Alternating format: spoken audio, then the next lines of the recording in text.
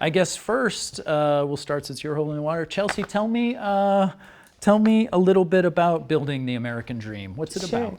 about? Building the American Dream follows 3 immigrant families who are construction workers and the struggles that they face in the construction industry here in Texas. So Texas is the deadliest state for construction in the country. A worker dies every 2.5 days here. And this was something I found out back in 2009 when 3 workers fell to their death when a scaffold collapsed while they were building a student luxury condominium here on campus at the University of Texas. And I just had heard of these grave statistics then and found out also that the million-person workforce was, or half of the million-person workforce was undocumented. So I wanted to put a face to the people who are building our economy, who are building our towns, and that's sort of how it started. And so we follow 3 families who are dealing with wage theft, fighting for a rest break ordinance in Dallas, but also seeing them become empowered to tell their stories and hopefully encourage other workers to tell their stories too. So it's 2009. You read about this story, you hear this story. You start making the film, or talk to me about you start down the path. How does that go? Yeah, I was attending the University of Texas, was in the radio, television, and film department, and this happened. There was a big rally. The Workers' Defense Project at the time was making 145 coffins, life-size coffins, to commemorate the lives that were lost that year. And so they had a big rally called the Day of the Fallen. And I gathered some film buddies of mine in school and said, let's go shoot this. I don't know what I'm gonna do with it, but yeah, like you can shoot. So we got 5 cameras, went out and shot on mini DV tape before HD, and I knew that this was a story that needed to be told, but I was just in the early part of my career, finishing up my student career, and knew that it would be a really big topic to take on for a first feature, and knew that I needed a budget. And so I thought, well, there's no way I have the experience to do it right now, but hopefully someone will do this film, and maybe I can give them this footage and we can collaborate or something. All right, so we're coming up to 2013, 14. Marisol, then you're getting involved near here. How did you find each other? Give me sort of the origin story of you two coming together to work together. Well, at the time I was producing a short narrative, so I was coming more from a narrative world, and I had already produced a few narratives before that. Then we have kind of like this network that we've been, kind of intertwined, and I think that we came to a common friend, and then once we met each other, it was like meant to be, I think, because we had so many friends in common, and so many, like, our network was so connected. So meeting Chelsea was just right out of the bat, a great partnership, and I think that as a producer jumping into a project, one of the things that I really look at is not only the project itself, but if I can build a great partnership with someone, and that's very crucial. So Chelsea's amazing, and she's amazing at what she does, and I think that being that support system for her, helping her get through, I think that was amazing, and it's one of those rare things that you rarely find. Marisol, once you get involved, so you met Chelsea, you like her, you're like, this project seems important, I like this project, I want to dive in. Now you're a producing partnership. Chelsea's also the director, but now you're producing partners.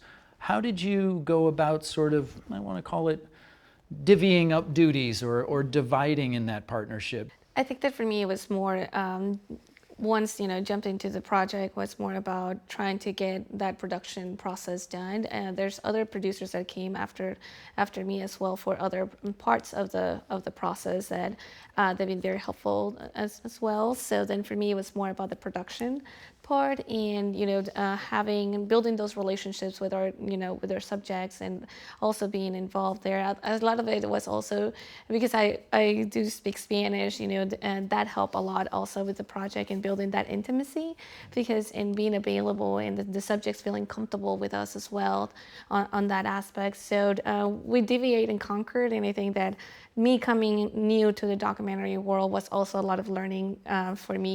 I think in the narrative, you kind of always prepare yourself, and you, as a producer, you always try to be like 2 or 3 steps ahead.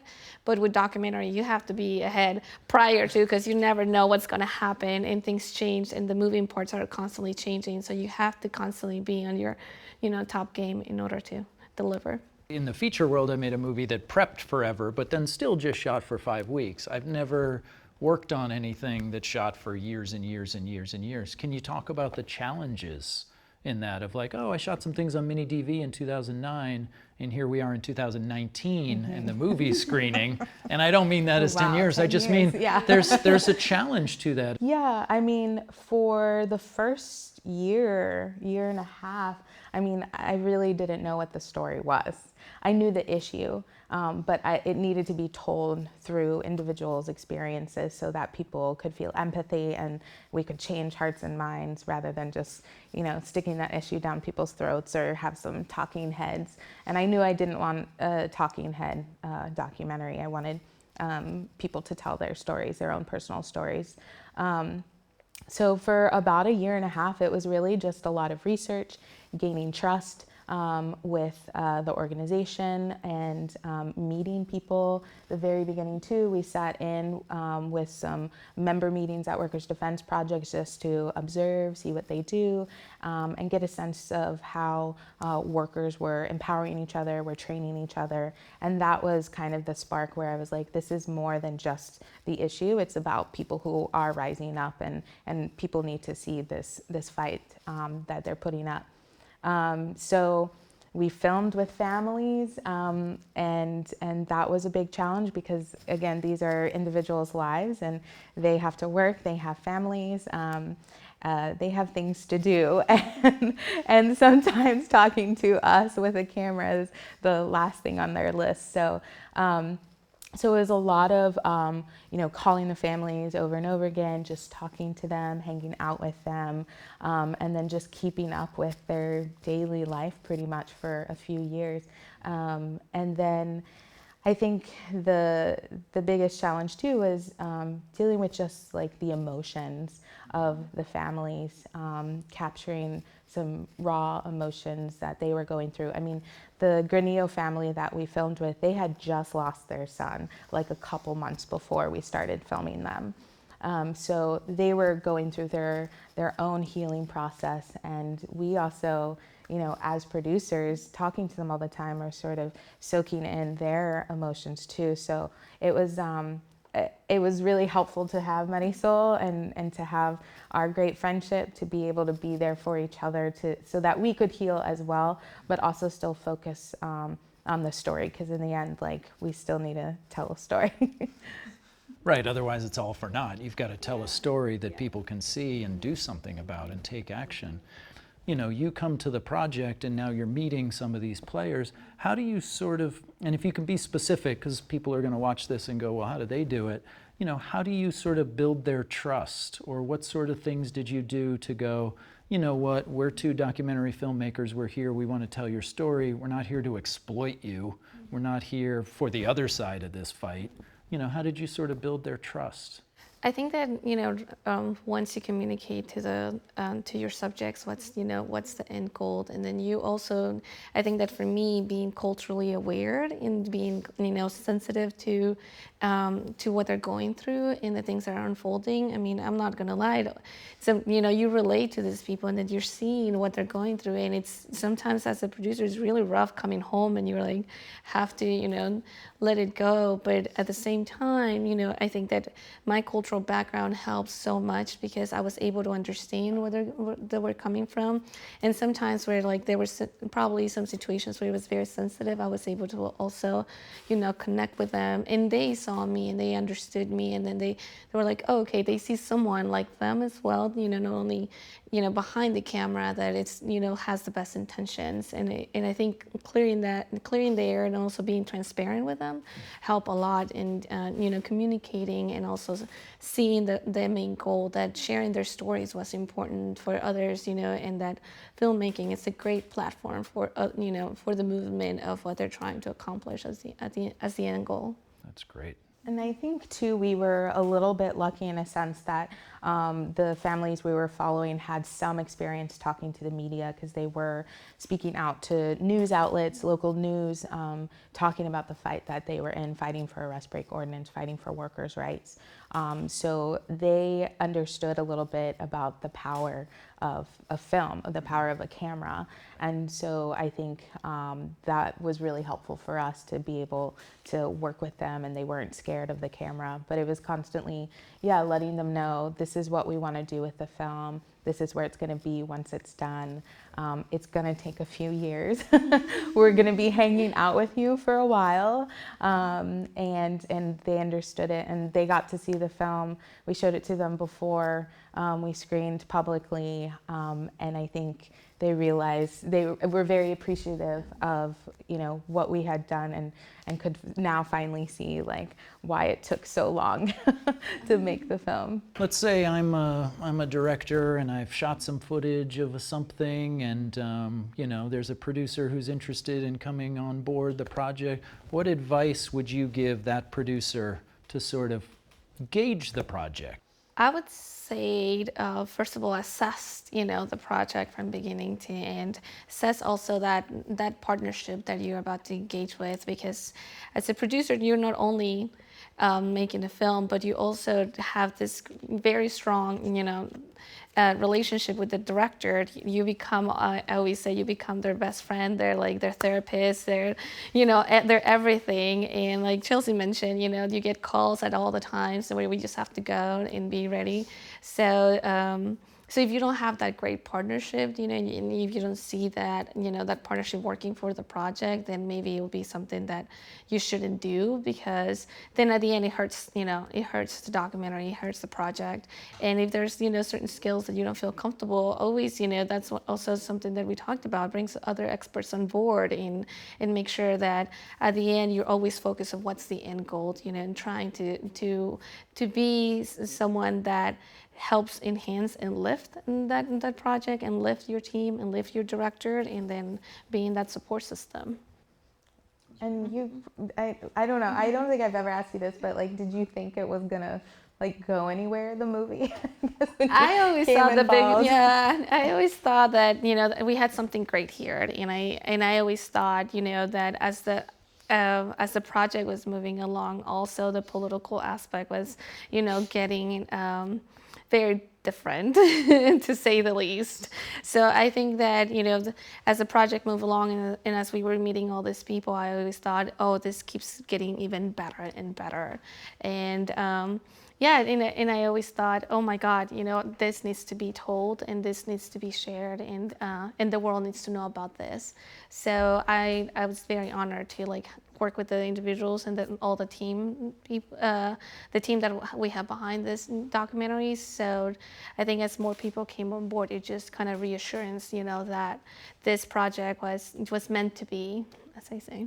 You received funding from a number of the Ford Foundation, Austin Film Society, City of Austin, Tribeca Film Institute, Firelight Media. This is a tricky thing to do, and I know lots of people who spend, years as a part-time job, submitting grants and getting nothing. They're probably doing something wrong. What tips and tricks and things can you say, or trends you see, for people who are watching this to like help them on their path? What things should they be saying or not saying in their grants and foundational, applications? I would say that first of all, have a plan, and be open to rejection. And also, like Chelsea was mentioning, I love budgets, and I love making, spreadsheets and numbers. The best producer who says, I love budgets. Like, that's my advice for directors. Look for that producer. So I think that being prepared and then, making sure that you make your budget and that you consistently keep updating it as well. But finding funders is hard, and it's a tough world. I think that there's a lot of opportunity as well there. We were very lucky. And we were, because we worked really hard on those, grant applications, and it was long and extensive process, and it was a lot of a waiting game, and crossing our fingers, and so I think that we were we're very grateful for the support that we have received from our funders, but at the same time, in the industry in general, I think that they could be more, and I think that's what filmmakers really need, more funding in order to create their films. And I think the rejection part's really important. Tribeca, like I applied to the Tribeca grant about 4 times and got rejected every single time. But I kept applying, we kept applying, and they noticed it. And they noticed that we were progressing as well. They got to see new footage each time we were applying. And then they invited us to participate in the A&E Tribeca Edit Story Lab. And that was immensely helpful. It was a 3-day workshop focusing on the edit. It came at a great time. And then they told us, apply to the Tribeca All Access grant. And I'm like, okay, I wasn't going to, but you're telling me to, so I should definitely apply. So I think that's a really big advice is, rejection is tough. It's hard to deal with and it's emotional, but just keep pushing forward and apply again, ask for feedback. That's been really helpful through the whole process as well. If you can talk, and maybe Marisol, I'll start with you, and then Chelsea, you can work off hers. Tell me a little bit about from the moment you find out about the world premiere. You get the phone call, you get the email. Talk to me about what you put together, starting there, so that you could maximize the event and the spike and it being out in the world. Again, it goes back to planning. First you get that phone call, then you're so excited and you celebrate. You have to that little moment, and then all of a sudden you're like, oh, now we have to plan, right? Listen to what's coming. And I think that, generating that plan, figuring out what's gonna, work and the outlets and how do we wanna make, a component from this, and I'll let Chelsea take this as far as more of the impact campaign that comes with it, and more of the planning also as a good exposure, not only for the film, but also for her as a filmmaker, right? Highlighting, the trajectory and the great work that she has done was also, part of how do we make this, premiere work to the best, and to take the most advantage of it for everything that we're working on. Did you budget for everything that then you were going to put into place so that you had that money? Or, because I've done it on projects and other ones I haven't, you got to go find more money. Was that money in place? And if not, how did you find it? Because, publicists and sales agents and shipping and everything else that comes with it costs some dollars. Yes. Yeah. Yes. So yes and no. I think that that part of it was yes, and then some money, came in as well as we were trying to figure out this strategy. So and I probably will let Chelsea talk a little bit more about that.